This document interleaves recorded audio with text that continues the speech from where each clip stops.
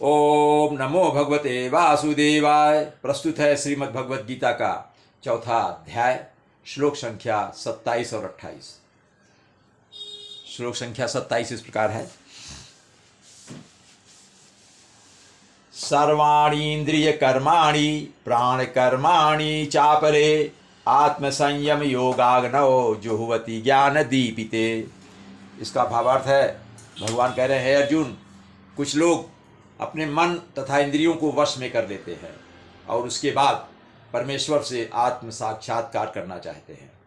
इसके लिए वे अपनी संपूर्ण इंद्रियों, कर्मेंद्रिय और ज्ञानेंद्रिय सभी को तथा प्राणवायु के कार्यों को संयमित करके उनको भी संयमित कर लेते हैं, उन पर भी नियंत्रण पाते हैं और मन रूपी अग्नि में वे उसको स्वाहा कर देते हैं, उसको अर्पित कर देते हैं, मतलब उसको जला देते हैं। अर्थात उन पर पूरी तरह से नियंत्रण पा लेते हैं और परमेश्वर से आत्म साक्षात्कार करने में वे सफल हो जाते हैं। शब्दों का अर्थ देखते हैं। सर्वाणि इंद्रिय कर्माणि, संविच्छेद करेंगे। सर्वाणि प्लस इंद्रिय, इंद्रिय यहां समास होगा। कर्माणि, सर्वाणि इंद्रिय कर्माणि का मतलब होता है सभी इंद्रियों के कर्म को। प्राण कर्माणि, और प्राण कर्म को, जो प्राण का संचालन करते हैं। चापरे, चा प्लस अपरे, और दूसरे, चा मतलब और दूसरे। आत्म संयम योगाग्नौ, आत्म संयम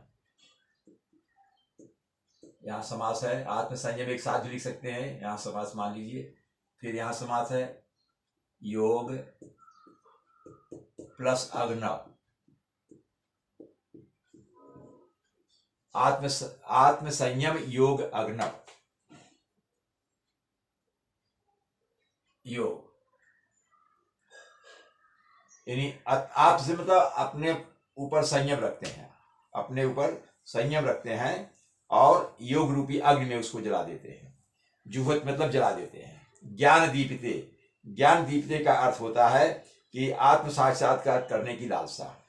ज्ञान दीपिते, ये जो ज्ञान दीपिते है, ज्ञान मतलब आत्म साक्षात्कार करने की लालसा, इच्छा। किससे साक्षात्कार? परमेश्वर से, ये इसका अर्थ है। अगला श्लोक है द्रव्य यज्ञास्तपो यज्ञ योग यज्ञास्तथा परे स्वाध्याय ज्ञान यज्ञाश्च यतयः संशित व्रताः। इसका अर्थ है, भगवान कह रहे हैं, हे अर्जुन, कुछ लोग तो बहुत ही कठोर व्रत करते हैं, बहुत ही कठिन व्रत का पालन करते हैं और ऐसे व्रत को करते हैं, ऐसा व्रत लेते हैं कि अपनी सारी संपत्ति का भी त्याग कर देते हैं।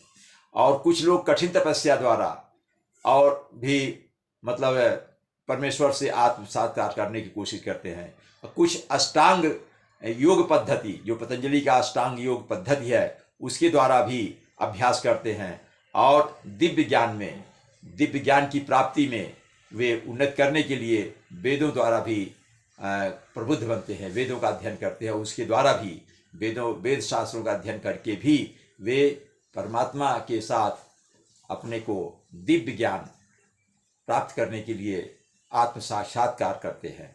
शब्दों का अर्थ देखते हैं। द्रव्य ज्ञान योग तपो यज्ञ, इसमें द्रव्य यज्ञ, द्रव्य यज्ञ प्लस तपो यज्ञ, तपो यज्ञ एक साथ रख देंगे।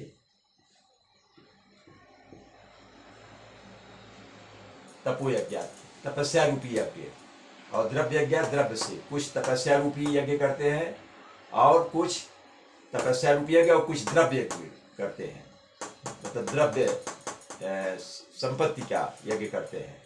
योग यज्ञ तथा परे, योग यज्ञ तथा परे मतलब कि जो योग रूपी यज्ञ तथा परे, योग यज्ञ तथा परे, योग यज्ञ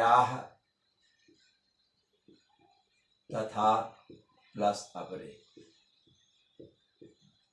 योग रूपी यज्ञ, योग करके, योग का मतलब होता है संयोजन विधि, भगवान के साथ योग, परमेश्वर के साथ योग साधना के द्वारा आत्म साक्षात करके वो यज्ञ, तथा अपने तथा दूसरे लोग स्वाध्याय ज्ञान यज्ञ, स्वाध्याय मतलब स्वाध्याय, स्वाध्याय मतलब स्वयं अध्ययन करना, यानी वेद शास्त्रों का अध्ययन करना, वेद शास्त्रों के अध्ययन करना, कुछ ज्ञान यज्ञ के द्वारा, ज्ञान यज्ञ, ज्ञान यज्ञ मतलब होता है दिव्य ज्ञान की प्राप्ति, दिव्य ज्ञान की प्राप्ति, भगवान से आत्म साक्षात्कार करके दिव्य ज्ञान की प्राप्ति करते। यज्ञाश्च मतलब स्वाध्याय, स्वाध्याय ज्ञान, यानी वेद शास्त्रों का अध्ययन करके प्राप्त किया गया ज्ञान, उसके माध्यम से। तो वेद शास्त्रों के अध्ययन से प्राप्त ज्ञान रूपी यज्ञ, यज्ञ प्लस इसका हुआ स्वाध्याय और ज्ञान और यज्ञ, यहाँ पर समास है, कोई परिवर्तन नहीं हुआ, जैसा का तैसा लिया गया ये, लेकिन यहाँ परिवर्तन है, सा का यहाँ विसर्ग हो जाएगा इस तरह से। यत्या मतलब प्रबुद्ध व्यक्ति, जो बहुत ही बुद्धिमान है, प्रबुद्ध है। संसिद्ध व्रता मतलब जो दृढ़ व्रतधारी है, बहुत दृढ़ निश्चय करके व्रत धारण करते हैं, ऐसे लोग, ये इसका अर्थ हुआ। ओम नमो भगवते वासुदेवाय।